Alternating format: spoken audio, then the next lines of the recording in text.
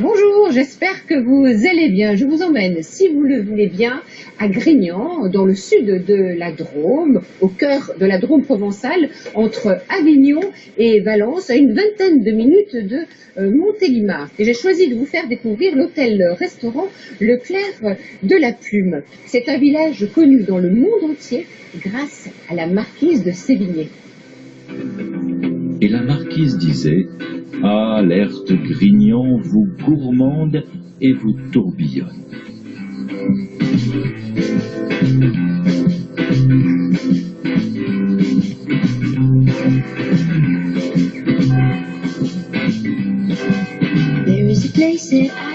Bonjour, quel Bonjour Claude. Et quel endroit merveilleux. Ah ben, rendez-vous au pied de la statue de la marquise. Voilà, notre amie la marquise de Sévigné. Ah, mais il y a du vent chez vous, hein? C'est du Mistral. Le Oui, Mistral, oui, Mistral. c'est ce qui apporte le beau temps. D'ailleurs, les peintres utilisent cette lumière locale, parce que nous sommes en Provence ici. Dans la Drôme provençale. Oui. Et là, nous sommes derrière votre héroïne, Voilà.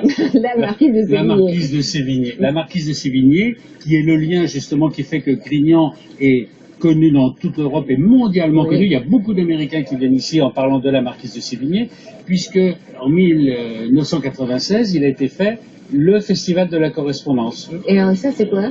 Alors Il y a ça, le c'est logo, la plume oui, la rouge, plume, voilà. hein, La qui- plume rouge, celle qui est sur le Ouais. beffroi à côté, c'est l'emblème du festival de la correspondance. Alors ma chère Odile, Oui, je vais je vous vois venir. décorer de l'ordre de la littérature de Grignan, l'ordre du festival de la correspondance. Avec cette décoration, je peux faire un petit tour de village? Voilà, vous pouvez faire un tour Avec de village. l'excellent en fait, guide. Voilà. Et la marquise disait: je pense sans cesse à Grignan, à vos terrasses, à votre belle et triomphante vue.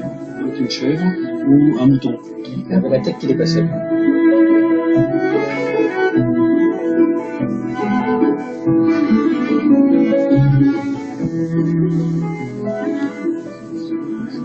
Alors, Jean-Claude, voici pour vous le joyau de Grignan, le fameux château. Je dirais même mieux, le joyau de la Drôme.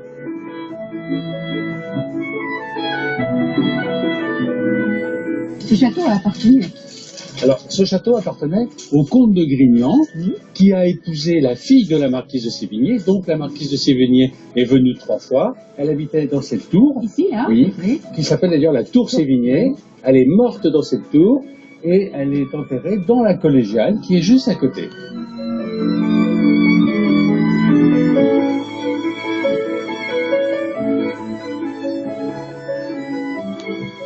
Alors, c'était en quelque sorte une première journaliste, hein, parce qu'en fait, elle racontait un peu la vie de Grignan. La majorité de ces lettres sont des lettres écrites à Paris pour sa fille. À peu près, il y a 800 lettres à sa fille.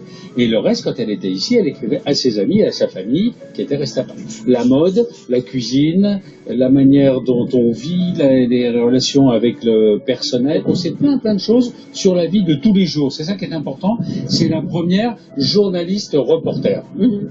Et cette tour, ce château, ce point de château là-bas? Alors, cette tour, c'est la tour de Chamaret. C'est ce qui reste d'un château qui a été totalement détruit. Il n'y a que le château de Grignan qui a été détruit, lui, à la Révolution, qui a été reconstruit. Puisqu'une riche veuve, Madame Fontaine, il y a pratiquement un siècle, en 1913, a consacré tout son temps et sa fortune à reconstruire le château de Grignan à l'identique. Celui que vous voyez là n'a que 80 ans. Oui. Merci. C'était avec grand plaisir. Et la marquise